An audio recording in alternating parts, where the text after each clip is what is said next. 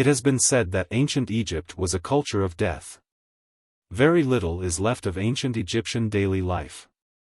But we know a great deal about them because of the lavish attention they devoted to their tombs, their treasures, their scrolls, and even their mummified corpses. Today, the religion of the pharaohs is meeting the technology of the 21st century. In an unprecedented study, Egyptologists are applying cutting-edge medical science to 3,000-year-old mummies. Digital technology allows Egyptologists to unwrap mummies virtually without harming these precious treasures. Beneath the wrapping, a 2,000-year-old amulet protects the deceased from the dangers of the afterlife. When they were wrapping the body, they would also put amulets, protective amulets, all around the body, both in the front and in the back. That would help the body achieve an afterlife. And what's quite nice is that some of these amulets are tied into things in the Book of the Dead.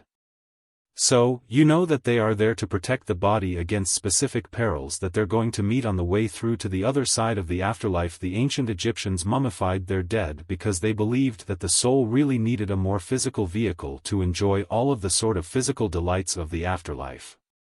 And so they used to mummify bodies, which meant preserving them so that they could be used by the soul to go back into the body, which would be perfectly preserved and then could enjoy food, drink, and anything else that the afterlife had to offer. But mummifying a body was not an easy process. What the embalmers would do was remove all the internal organs, the lungs, the liver, the stomach, and the intestines. The organs were placed in ceremonial jars known as canopic jars. They would later be entombed with the body. Next, a long hook was used to pull the brain out through the nose. The ancient Egyptians did not believe the brain was an essential organ. You can see, the defect is right here, where they go in through the nose, punched a hole in the floor of the skull to remove the brain.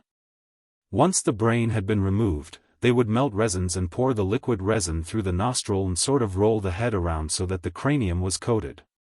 This was done so that they could prevent bacterial growth in the cranium. The heart is the only organ that would stay within the body.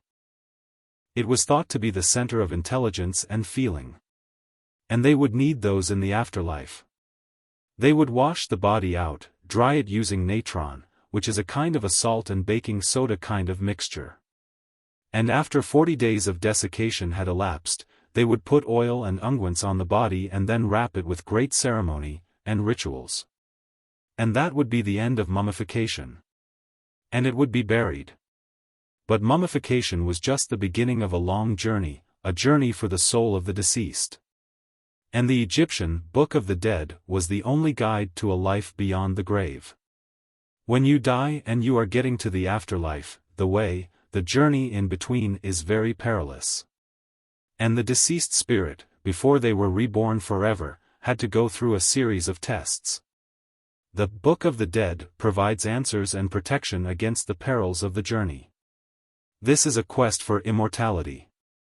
Without knowing what is in the Book of the Dead, the deceased will never go to the afterlife. The most important thing for the ancient Egyptians is the afterlife. The Book of the Dead was a costly proposition. And the decision to purchase one was a difficult and complicated process. There were 186 spells to choose from. A scroll would be produced based on a person's needs or budget. The priests of the temple would help a person choose which spells would be needed in the afterlife. I sometimes wonder if the Book of the Dead didn't start out, in some ways, as a little extra moonlighting for money. Once you convince all the rich people that they just must have this thing, then, the sky is the limit in how much you could charge. The creation of one's very own Book of the Dead may have also been a status symbol of the times. Stuart Tyson Smith, the Book of the Dead would have been quite expensive for any ordinary person to afford. And in fact, we can see this play out archaeologically. We find that the Book of the Dead is only possessed by members of the elite. Yet this was a change from the earliest days of Egyptian culture. Originally, mummification and an afterlife among the gods was reserved only for the pharaoh. Zahi Hawass, in the New Kingdom, the Book of the Dead was written for everyone. It was found in the private tombs. It was found at the nobles' tombs. It was found in the tombs of the artisans.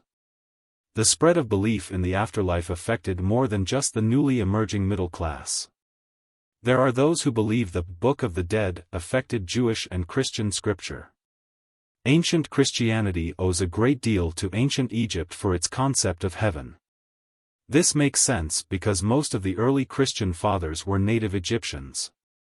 And so when documents were being written concerning the nature and substance of the afterlife, since these things were not originally written in the Bible, the ancient Egyptians sort of filled in the blanks.